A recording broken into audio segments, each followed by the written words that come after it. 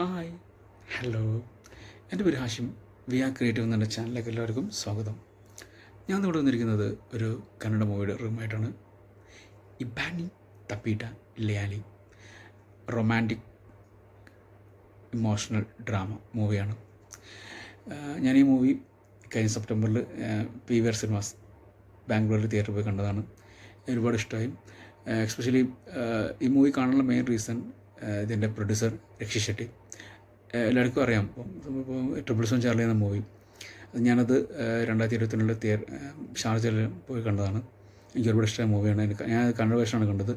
അതിനുശേഷം പിന്നെ അത് സീ കേരളം ചാനലിൽ മൂവി അതിൻ്റെ മലയാളം വേർഷൻ വന്നപ്പോൾ ഒരുപാട് തവണ കണ്ടിട്ടുണ്ട്. അപ്പോൾ ഈ മൂവിയെക്കുറിച്ച് പറയുകയാണെങ്കിൽ ഇതിൽ ക്യാരക്ടർ ചെയ്തിരിക്കുന്നത് വിഹാൻ ഗൗഡ, സിദ്ധാർത്ഥ എന്ന ക്യാരക്ടർ, അതുപോലെ അൻകിത അമർ, അനായിത എന്ന ക്യാരക്ടർ, മയൂരി നടരാജ, രാധ എന്ന ക്യാരക്ടർ, പിന്നെ ഗിരിജ ഷെട്ടർ. ഇതെല്ലാം നായികയുടെ അമ്മയായിട്ട് അഭിനയിക്കുന്നു. ഗിരിജ ഷെട്ടർ എന്നൊക്കെ മനസ്സിലാവും വിചാരിക്കുന്നു. ലാട്ടിനം അഭിനയിച്ച വന്ദൻ മൂവിയിൽ ഗാഥ എന്ന ക്യാരക്ടർ ചെയ്ത നായികയാണ്. പുള്ളിക്കാരി ഇതിൽ നായികയുടെ അമ്മയായിട്ട് അഭിനയിക്കുന്നു. ഇതിൻ്റെ പ്രത്യേകിച്ച് എനിക്ക് ഒരുപാട് ഇതിൽ നല്ല സോങ്സ് ഉണ്ട്, അതുപോലെ നല്ല ഇമോഷണൽ ഒരുപാട് ടച്ച് ചെയ്യുന്ന ഒരുപാട് സീൻസ് ഉണ്ട്. റൊമാൻറ്റിക് സീൻസ് ഒരുപാടുണ്ട്. പിന്നെ ഇതിലേക്ക് ഓരോ ക്യാരക്ടറും വളരെ ഡെപ്തായ ക്യാരക്ടർ. ഇതിൽ അനാഹിതാൻ്റെ ക്യാരക്ടർ ചെയ്ത അൻകിത അമർ ഒരു രക്ഷയെടുത്ത പെർഫോമൻസ് ആയിരുന്നു. എസ്പെഷ്യലി സെക്കൻഡ് ഹാഫിൽ ഇമോഷൻസിനൊക്കെ കിട്ടുമായിട്ടുണ്ട്. ക്ലൈമാക്സ് ചെയ്യാൻ എനിക്ക് ഏറ്റവും കൂടുതൽ ഇഷ്ടപ്പെട്ട ഈ മൂവിയുടെ ക്ലൈമാക്സ് ഒരു 10 മിനിറ്റിന് പുറത്തോളം ഉണ്ട്. അതൊരു വല്ലാത്തൊരു സീനാണത്. അവർ തമ്മിലുള്ളൊരു മൊത്തം അവർ ഈ സിദ്ധാർത്ഥും അനാഹിതും തമ്മിലുള്ളൊരു ജേണിനെ പറ്റിയുള്ള പറയുന്നുണ്ട്. അത് ഭയങ്കര ഇതാണ്, ഒരു ഫീൽ ചെയ്ത സംഭവമാണ്. തിയേറ്ററിൽ സീൻ കാണുമ്പോൾ വേറെ വൈബായിരുന്നു.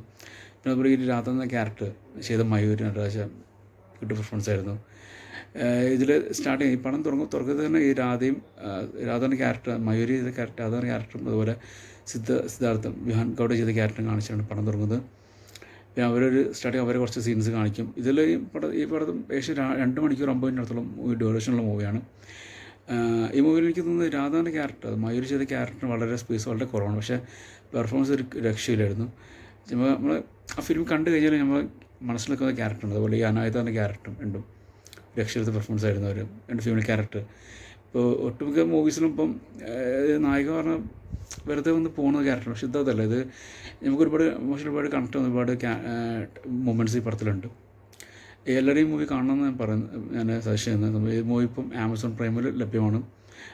കന്നഡ ഭാഷ മാത്രമേ കിട്ടുള്ളൂ. മറ്റുള്ള ലാംഗ്വേജിൽ മൂവി പോയിട്ടില്ല. ഇവരൊരു അതായത് ഈ സിദ്ധാർത്ഥൻ്റെയും അനാഹിതൻ്റെയും ഒരു ജേണിയാണ് ഈ പടത്തിൽ പറയുന്നത്. അവർ തമ്മിൽ കോളേജിൽ പഠിക്കുമ്പോൾ അവർ തമ്മിൽ ലവ് ആയിരുന്നു. അതിനുശേഷം അവർ ചെറിയ ബ്രേക്കപ്പിന് ശേഷം അവന് പിന്നെ അച്ഛൻ്റെ ബിസിനസ്സൊക്കെ നടക്കും ഈ നായകൻ. അതിനുശേഷം അവന് ഒരു കല്യാണത്തിന് വേണ്ടി കല്യാണം കഴിക്കാൻ വേണ്ടി നിൽക്കുന്നതാണ് രാധ എന്ന ക്യാരക്ടർ, അത് മയൂരി ചെയ്ത ക്യാരക്ടറിനെ. അപ്പോൾ അവിടുന്ന് അവർ ഫസ്റ്റ് കാണിക്കുന്നത് വെച്ചാൽ അവർ എൻഗേജ്മെൻറ്റാണ് കാണിക്കുന്നത്. മയൂരിയുടെയും വിഹാൻ ഗൗഡയുടെയും എൻഗേജ്മെൻറ്റാണ് കാണിക്കുന്നത്. അപ്പോൾ അതിനുശേഷം കല്യാണത്തിൻ്റെ സമയത്ത് അവന് പറയും എനിക്കിപ്പം കല്യാണത്തിന് താല്പര്യമില്ല കൊണ്ട് അവൻ പോകുന്നതാണ്. അപ്പോൾ എന്താ അതിൻ്റെ കാരണം റീസൺ ചോദിക്കുമ്പോൾ അവൻ്റെ പഴയ റൊമാൻസിനെ പറ്റി പറയും. അപ്പോൾ അവർ ചെറിയ ബ്രേക്കപ്പ് ആയി. സിദ്ധാർത്ഥും അതുപോലെ ഈ അനാഹിതം ഒരു ബ്രേക്കപ്പ് ആയതാണ്. അപ്പോൾ അതിനുശേഷം കുറേ വർഷങ്ങളായി അവനെ കളഞ്ഞിട്ട് അപ്പോൾ അവളെ കാണണം, അവളപ്പോൾ ജീവിക്കാമെന്ന് പറയുമ്പോൾ പോകുന്നതാണ്. അപ്പം അതിനുശേഷം അവളുടെ അടുത്ത് ഗോവയിൽ എത്തുന്നതാണ്. പിന്നെ അതിനുശേഷം സെക്കൻഡ് ഹാഫ് അങ്ങനെയാണ്. സെക്കൻഡ് ഹാഫാണ് ഇതിന് മെയിൻ കാര്യങ്ങൾ വരുന്നത്. അപ്പോൾ അവൻ ഗോവ എത്തിയ ശേഷം അവളെ തമ്മിൽ മീറ്റ് ചെയ്യും. അതിനുശേഷം അവർ തമ്മിലുള്ളൊരിതാണ് ഇതിന് പടത്തിൻ്റെ മെയിൻ കാര്യം. ഞാൻ കഥയിലേക്ക് അധികം കിടക്കുന്നില്ല. നിങ്ങളെല്ലാവരും ഈ മൂവി കാണുന്നേ പറയുന്നുള്ളൂ. അത്ര നല്ല രസമുള്ള മൂവിയാണ്. ഇതിനെടുത്ത് പറഞ്ഞ ഇതിൻ്റെ വിഷ്വൽസ് ഒരു രക്ഷയില്ലായിരുന്നു, ഇതായിരുന്നു. നല്ല പ്രൊഡക്ഷൻ ക്വാളിറ്റി ഉണ്ട് മൂവി. എസ്പെഷ്യലി രക്ഷി ഷെട്ടിയാണ് ഈ പ്രൊഡ്യൂസറും. എസ്പെഷ്യലി സോങ്സ് ഈക്വലായാലും അതിൻ്റെ ഓരോ ഫ്രെയിംസ് എനിക്ക് ഒരുപാട് ഇഷ്ടമായി. ക്യാമറ സീനൊക്കെ നല്ല നൈസായിട്ടുണ്ടായിരുന്നു. എസ്പെഷ്യലി നൈറ്റ് ഷോട്ട് ഒരു രക്ഷയിലായിരുന്നു. ഇപ്പോൾ കിഡുമായിരുന്നു. അപ്പോൾ എനിക്ക് ഒരുപാട് ഇഷ്ടപ്പെട്ടിട്ടുണ്ടായിരുന്നു. സോങ്സ് സിറ്റുവേഷൻ ആയാലും അത് മറ്റുള്ള ഇതായൊക്കെ അടിപൊളിയായിട്ടുണ്ടായിരുന്നു. അതിൽ എഡിറ്റിങ് ഇതിൽ എനിക്ക് പറഞ്ഞ ഏറ്റവും കൂടുതൽ ഇഷ്ടപ്പെട്ട ഇതിൻ്റെ BGM ആണ്. സ്റ്റാർട്ടിങ് ഒരു വളരെ ഒരു ലോ ആയിട്ടുള്ള BGM വരുന്നത് എനിക്ക് ഭയങ്കര ഇഷ്ടമായിരുന്നു ആ BGM. അവർ അനാഹിതൻ്റെ ക്യാരക്ടർ ചെയ്ത അൻകിത അമ്പർ ചെയ്ത ക്യാരക്ടറാണ്. സെക്കൻഡ് ഹാഫിലുള്ള അവളെ ഇമോഷണൽ സീൻസൊക്കെ നൈസായിട്ടായിരുന്നു. എസ്പെഷ്യലി ഒരു രക്ഷയിലായിരുന്നു. അതിൽ കൊടുത്ത BGM ഒക്കെ. അവിടെ രാധാൻ്റെ ക്യാരക്ടർ ചെയ്ത മയൂരിക്ക് കൊടുത്തൊരു BGM ഉണ്ട്, അതും പൊളിയായിരുന്നു.